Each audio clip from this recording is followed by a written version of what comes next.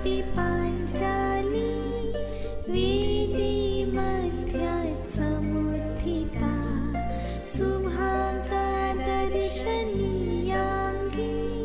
स्वसिताय तलोचना।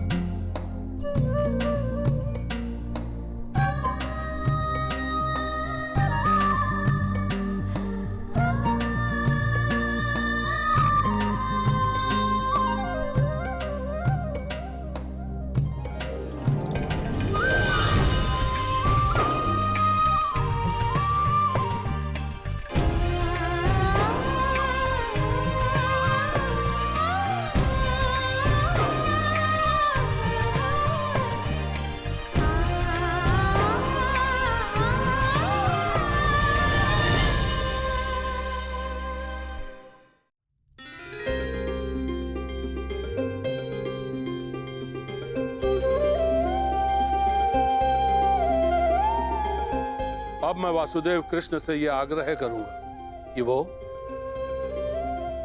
स्वयंवर में होने वाले अद्वितीय परीक्षण का परिचय प्रत्याशियों से करवाएं। आगंतुकों को वासुदेव कृष्ण का प्रणाम। आज होने वाला परीक्षण प्रत्येक योद्धा को स्वयं उसके बल, बुद्धि और कौशल से परिचय करवाएगा। इस परीक्षा में खरा उतरने के लिए प्रतिभागी में विलक्षण गुणों का होना आवश्यक है। उसमें वो बल होना चाहिए जिसे मापा ना जा सके, वो दृष्टि होनी चाहिए जो अदृष्ट के परे देख सके, वो एकाग्रता होनी चाहिए जो किसी में ना हो,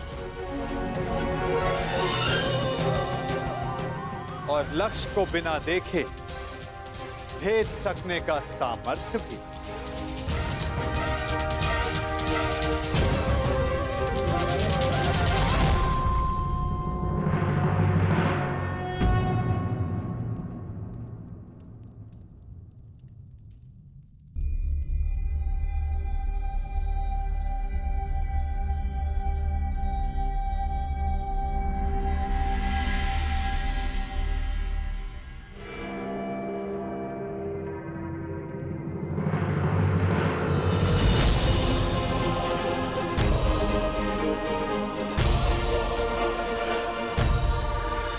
मुझे वचन दो कि चाहे जो भी हो, तुम स्वयंवर में भाग नहीं लोगे।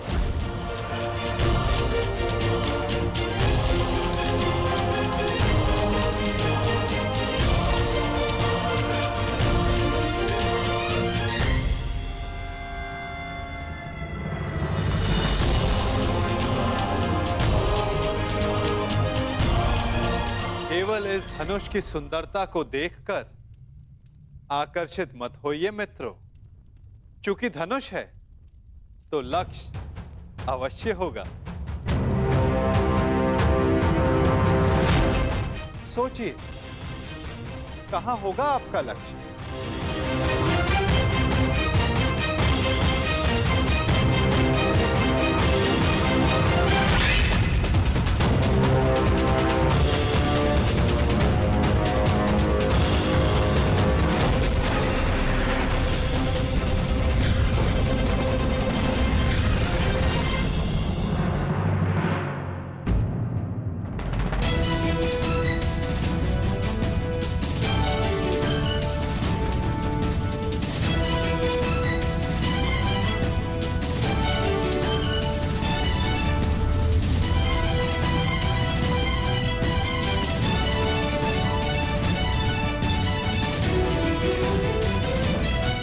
इस आकाश यंत्र में स्थित मीन की आंख आप सबका लक्ष्य है मित्रों।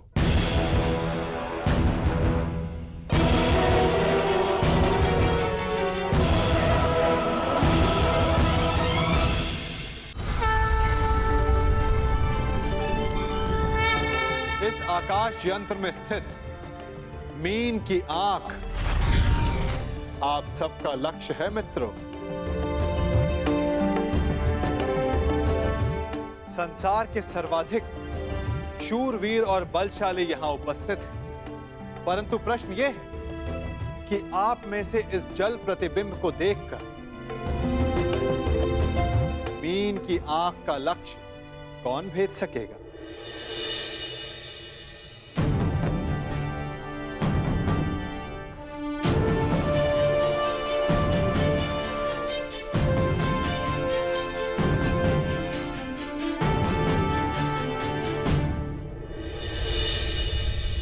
मुझे किसी भी मूल्य पर लक्ष्य भेदना है मित्र। मुझे विजय प्राप्त करनी है।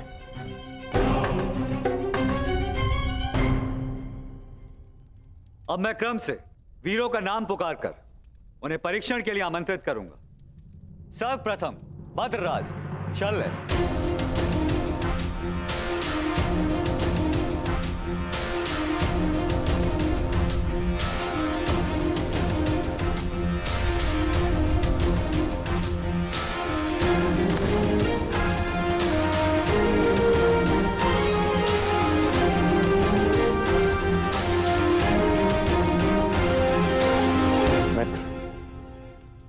आज कोई क्रोधित भी नहीं है, इसलिए मद्रराज के पास कोई अवसर नहीं किसी की शक्ति छीनने का।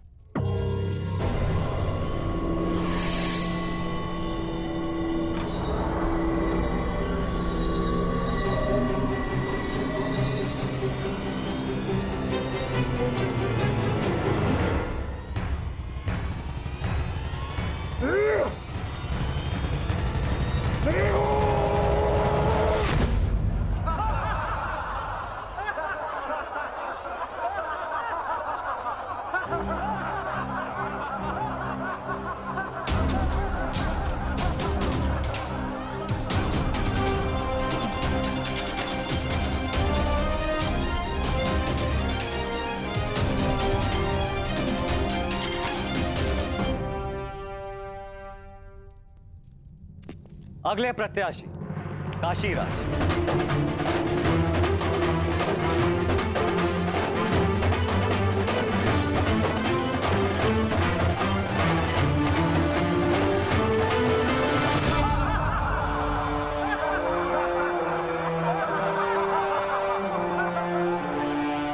क्या यह असंभव लक्ष्य नहीं है सखा? प्रतिबिंब देखकर आकाश यंत्र में घूमती मीन का नेत्र वेदन संसार में भला ये कौन कर सकता है? एक नहीं, 3 पुरुष हैं सखी, जो ये लक्ष्य साध सकते हैं। और वो कौन है? वीर स्त्री का आभूषण होता है सखी। धैर्य रखो, प्रश्न उठा है तो उत्तर भी प्रस्तुत होगा। 3 पुरुष ये लक्ष्य साध सकते हैं सखी। इस सभा में 2 उपस्थित हैं और तीसरा प्रवेश करने वाला है।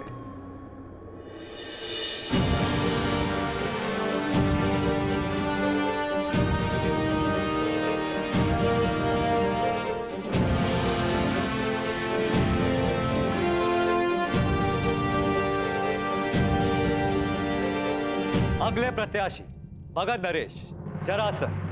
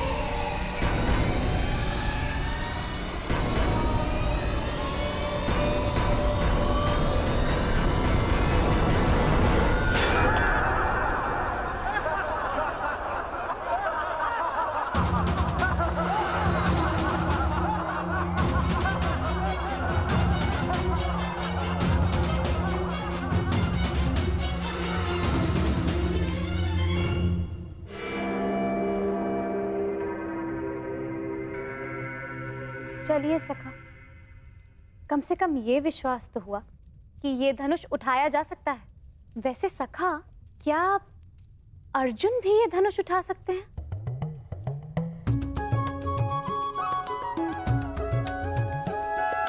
सखा, यदि अर्जुन इस सभा में उपस्थित हुए तब भी मैं उन्हें पहचानूंगी कैसे? कैसे मुझे ये ज्ञात होगा कि वो यहाँ उपस्थित हैं? अर्जुन, परंतु सबका तो ये मानना है कि वो जीवित नहीं है। मैं ऐसा नहीं मानती सखा, क्योंकि मैं अभी तक जीवित हूँ। तुम कहाँ जीवित हो सखी? तुम तब तक जीवित नहीं जब तक अर्जुन ना मिल जाए, यही ना?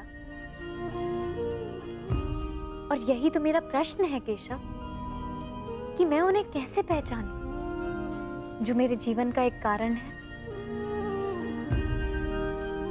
जब वो क्षण आएगा, तुम्हें स्वयं अनुभूत हो जाएगा सखी। तुम्हें अपने भीतर श्वास का प्रवास अनुभव होगा। वो अनुभूति तुम्हें आनंद नहीं, पीड़ा देगी। वो पीड़ा जिसकी तुम्हें प्रतीक्षा है, वो पीड़ा जो तुम्हें आनंद से अधिक प्रिय लगे। क्या मुझे सच में ऐसा अनुभव होगा सखा? परंतु कब? कौन जाने, कदाचित अति शीघ्र।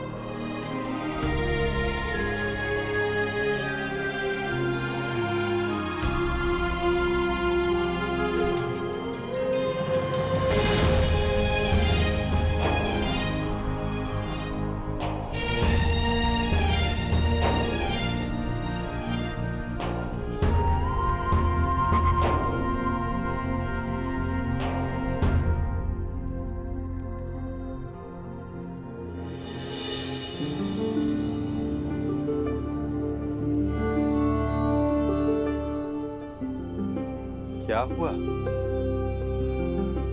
सखा, मैंने कुछ अनुभव किया।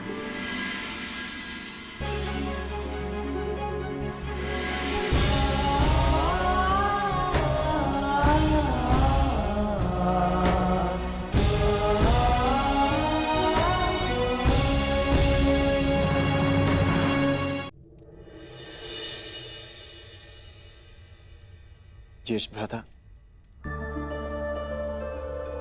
वो कौन है जो मेरी ओर देख रहे हैं?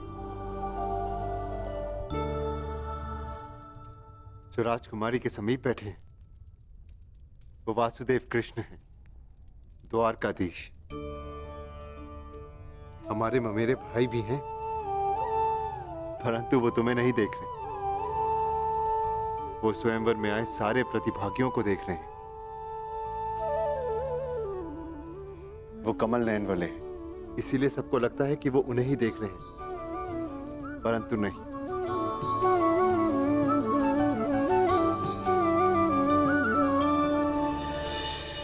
और अब मैं आमंत्रित करता हूं अंतिम प्रत्याशी,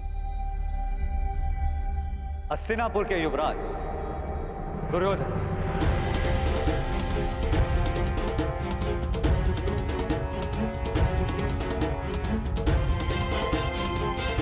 अंतिम?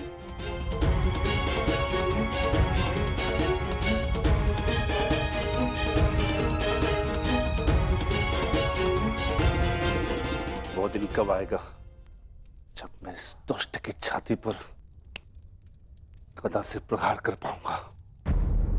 शांत, ये माता श्री की आज्ञा है, स्मरण रखना। हमें यहाँ पर किसी की दृष्टि में नहीं आना है। हम यहाँ पर स्वयंवर देखने आए और कुछ दक्षिणा ले, बस।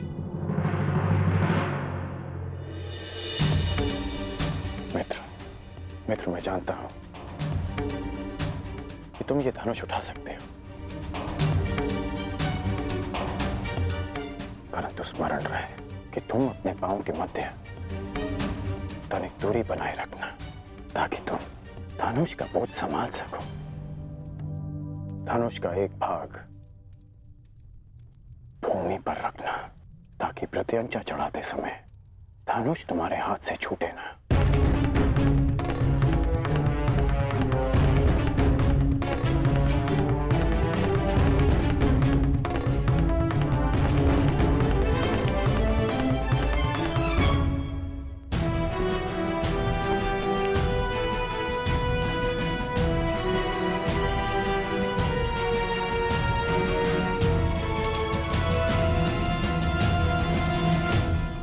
बताइए ना, कौन है वो 3 पुरुष जो ये लक्ष्य साध सकते हैं? पहला मैं स्वयं, दूसरा पांडु पुत्र अर्जुन और तीसरा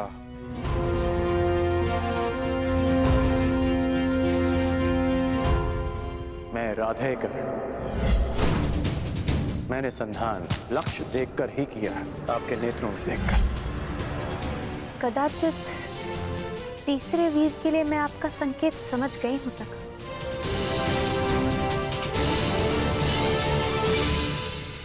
परंतु वो इस स्वयंवर में भाग नहीं ले रहा है। आशा यही है सखी, परंतु नियति क्या कहे कौन जाने।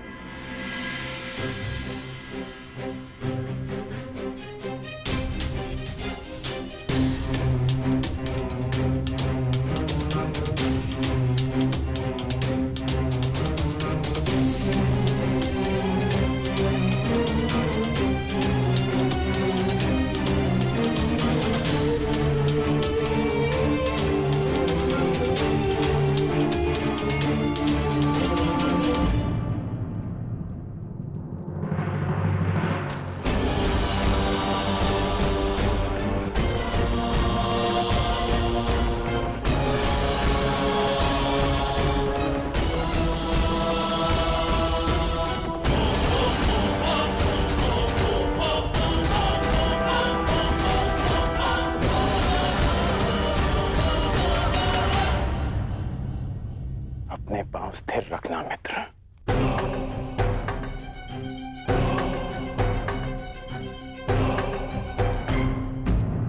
अब धनुष का एक भाग भूमि पर रखो।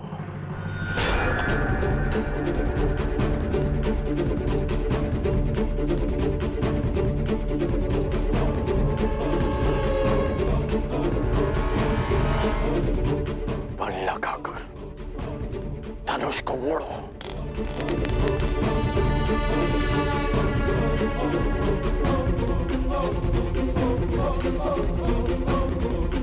धैर्य रखना मित्र, तभी प्रत्यंचा चढ़ा पाओगे। ये दुष्ट कहीं लक्ष्य साधना ले। नहीं भ्राताश्री, उसकी पकड़ दुर्बल है और प्रत्यंचा तेलीय है, दुर्योधन के हाथ से फिसल जाएगी।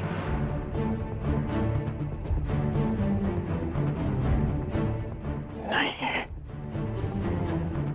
एकाग्रता बनाए रखो दुर्योधन। यदि ध्यान भटका तो प्रत्यंचा हाथ से छूट जाएगी।